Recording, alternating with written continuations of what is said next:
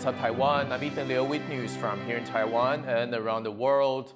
People are coming together across Taiwan to clean up the damage caused by Typhoon Kong-Rey.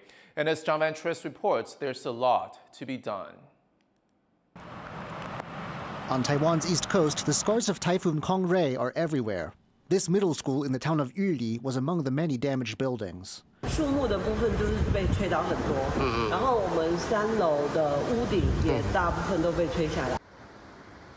And it wasn't just the wind. Multiple rock slides blocked off a major highway down the east coast, and it will be some time before they can be cleared.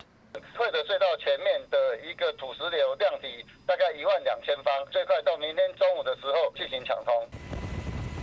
It isn't all bad news, though. A Czech couple that went missing while on a hiking holiday managed to get an SOS out as the storm overtook them. After a blustery night sheltering in place, a helicopter managed to get them out of the eastern mountains where they'd gotten stranded. Elsewhere in the country, things are slowly returning to normal.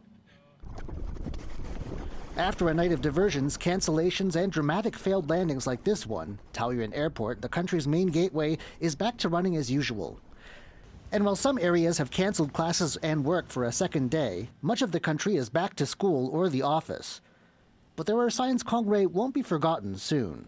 Even here in the capital, Taipei, where damage has been relatively light, there were fallen trees and debris everywhere. Work crews have been at it since dawn, trying to bring life here back to normal. But as the state of this downtown park suggests, there's a lot of work left to be done. Devin Tsai and John Van Trieste in Taipei for TaiwanPlus. Taiwan's rural southeast took a direct hit from Typhoon Kong-Rey. As Rick Lauer reports, it hit farmers just as they were getting ready for harvest. Rice farmer Liang Zhengxian is saving what he can from this year's harvest. Much of his crop was just destroyed by Typhoon Kong-Rey, which hit this valley in eastern Taiwan with winds of up to 180 kilometers an hour and caused widespread flooding. 因为真的到割稻前10天了啦，所以稻子很重，所以说那么大的台风风加雨，真的损失最少都是30% 以上。Typhoon Kong-Rey took many here off guard. It was especially large and hit unusually late in the typhoon season, when rice is at its most delicate. At this time of year, this valley is usually a sea of gold with ripening rice. Now plants lay flat and sodden in the fields. Cheshang is known for producing some of Taiwan's best rice, and thousands of people here rely on the industry to get by. Cheshang is a small farming community, far from Taiwan's urban centers in the north, now counting the cost. 这个后果真的是非常严重了，也让农民在这半年的心血几乎是泡汤的。Like in many places around the world, Taiwan's farmers are battling a changing climate. Typhoons become more unpredictable when they happen, so farmers have to figure out, like, well, to what extent are they prepared for other unpredictable events? And in that case, it requires a lot of flexibility to continue their farming operations. As he tallies the damage, Farmer Liang is determined to take what lessons he can from this latest storm. Farmers like him have always had to contend with the weather here, but he says the old rules no longer apply. Ryan Wu, Chris Ma and Rick Lauert in Taidong County for TaiwanPlus. A human rights group is calling attention to migrant fishers forced to stay aboard their boats during typhoons. A video taken by migrant fishers during Typhoon Khartoum in October showed boats in harbor rocked by large waves and strong winds. One ship's hull had broken in half. The Taiwan Association for Human Rights says it's common for boat owners to require migrant crew members to stay aboard boats in harbor to help protect the vessels during a storm. The association says more should be done to ensure the safety of the fishers instead. Taiwan's Fisheries Agency says the decision to evacuate boats in a storm is up to each local government.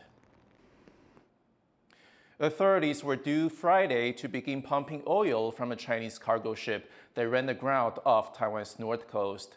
A preliminary inspection says no oil has leaked from the ship, which was carrying 247 metric tons of oil and 37 tons of diesel. The freighter was abandoned on Wednesday after becoming inoperable due to conditions caused by Super Typhoon Kong-Rey. 17 crew members were rescued by Taiwan's Coast Guard. The ship later ran aground near the new Taipei coast. In the first, China has carried out exercises with 2 aircraft carriers, Liaoning and Shandong, in the South China Sea. China has territorial disputes with several neighboring countries in these waters. Its Navy says the carrier exercises prepare them for more complex missions. Footage shows the 2 vessels operating together with the country's newest carrier-based fighter jet. China currently has 2 aircraft carriers in service. A third, Fujiang, is undergoing sea trials. Taipei's district court has ruled that former Taipei Mayor Wen-je can continue to be detained in connection with the corruption investigation. Reese Ayers was at the court when the announcement was made. Wen-je can be detained for a further 2 months. That's the decision out of Taipei's district court in Taiwan's biggest political scandal this year. Ke is still technically the leader of Taiwan's third party, Taiwan People's Party, and he ran for president earlier this year. He's been held incommunicado since early September, meaning he can't speak to anyone over fears that he could collude with other defendants during the investigation. His detainment hasn't been without opposition, though. Some of Ke's supporters claiming the case against him is politically motivated. This afternoon, some protesters braving the typhoon debris to protest his continued detention, claiming he's already been held far too long despite no direct evidence against him. 柯文哲主席被就是在司法不公的状况之下被我们的北检所控告，然后现在他已经羁押2个月了，到现在他都还没有查到他不法金流。台湾的人权这样子叫做衰败下去，就民进党政府这样搞是不好。 The court initially detained Ke after ruling that he clearly knew about illegal real estate deals involving a shopping mall made during his second term as Taipei mayor. The question is, how much did Ke really know about it? A lot of people close to Ke are already deeply involved in the case. One former real estate developer has already pleaded guilty, and Ke's personal secretary, Xu Ziyu, who has already been in Japan for several weeks, is reportedly still abroad, despite calls for her to return, leading some to speculate that she's deliberately avoiding questioning. Wen-je himself has already faced 4 or 5 rounds of questioning. But for now, Ke is facing 2 more months in detention as this investigation continues. Eason Pan, Leon Lian, and Reese Ayers in Taipei for TaiwanPlus.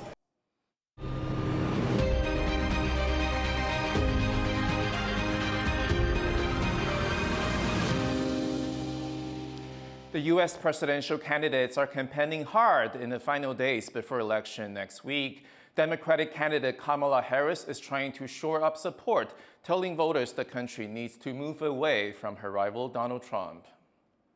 And we know we have an opportunity in this election to turn the page on a decade of Donald Trump trying to keep us divided and afraid of each other. We're done with that. We're exhausted by it. We're done with that. Harris made the comments at a rally in Reno, Nevada. She had 3 campaign stops in Nevada and Arizona on Thursday. Republican candidate Donald Trump was also in Nevada, stoking fears about migration to court voters. The United States is now an occupied country. Can you believe I have to say that? We're an occupied country. They're coming in, and they're by the thousands, and they have equipment that's military-grade equipment. How do they get that? They have military-grade equipment. The United States has one of the highest rates of gun violence in the developed world. And with only a few days before the country goes to the polls, the issue of gun control is on many voters' minds. Leslie Liao traveled to the U.S. to find out how some Asian American voters are weighing in on the conversation. In a small suburb of northeast Los Angeles, home to a large portion of Los Angeles County's Asian population, is gun shop Arcadia Firearm and Safety. Owner David Liu was born in Taiwan, where guns are strictly controlled. But he had the rare opportunity to grow up around firearms. My parents never stopped me from learning about firearms. My mom was in the Taipei shooting team when she was young. She was the team captain. And so I always get in touch like with airsoft and BB guns. Liu moved to the U.S. as a teenager after spending his childhood in Hong Kong. He's fluent in both Mandarin and Cantonese, able to have in-depth conversations with Chinese-speaking clients about gun ownership. He holds classes and seminars with the community to help educate those interested in owning guns. We find a lot of new immigrants and Chinese have a lot of misunderstanding about firearms, and they have problem getting the proper channel and knowledge. Gun control is a hot topic in America, particularly in the lead up to the presidential election. The U.S. has one of the highest rates of gun violence among developed countries, and there are frequently calls for laws restricting gun ownership. Gun violence is increasingly impacting the Asian American community in the U.S. Data from the country's Centers for Disease Control shows that Asian American gun deaths rose steadily between 2018 and 2022. According to the Pew Research Center, around 6 in 10 U.S. adults favor stricter gun laws. Some camps say restrictions on gun ownership is a violation of the Second Amendment of the U.S. Constitution, which guarantees citizens the right to bear arms. Democratic candidate Kamala Harris says she supports the Second Amendment, but would also implement stronger gun control measures, such as a ban on assault weapons and stricter universal background checks when buying guns.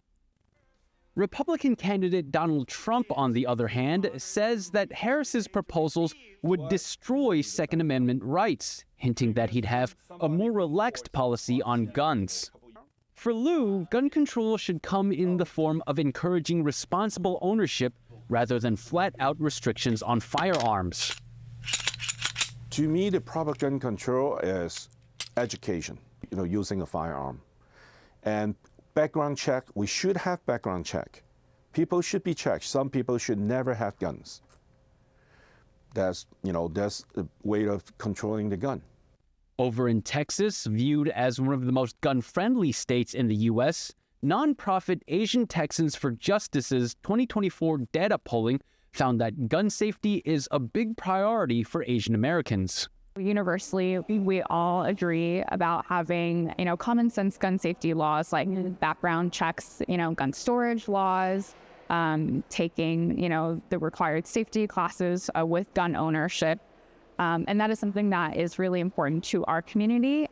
On the eve of the U.S. presidential election, conversations around gun control and gun ownership are in the spotlight.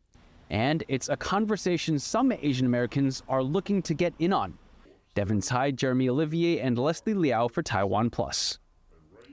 The World Organization for Animal Health has declared Taiwan free of African swine fever.